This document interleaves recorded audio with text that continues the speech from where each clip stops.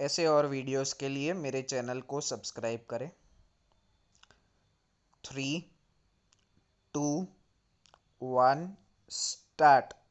Mr. Speaker, sir, this is the 7th day, I believe, of this debate, and 70 persons have already spoken.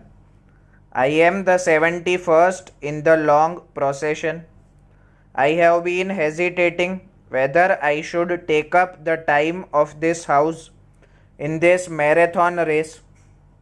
I might straight away say that I am not greatly interested where a particular state boundary is situated, and I find it very difficult to get passionate or excited about it.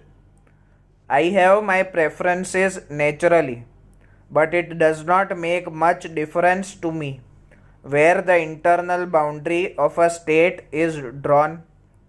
Infinitely more important is what happens on either side of the boundary, what happens within the state, and what happens to people inside a particular state who may linguistically or in any other sense form a minority. Once we lay down these basic principles correctly and act up to them, then the vast number of problems and difficulties and legitimate grievances that arise automatically disappear. I may tell the House that I am not speaking specifically in my capacity as Prime Minister or on behalf of government, and I am not going to make any epoch-making pronouncement. We in government have been considering this report and other matters that flow from it for the last many weeks, and we shall continue to consider them till we come up to this House with our recommendations.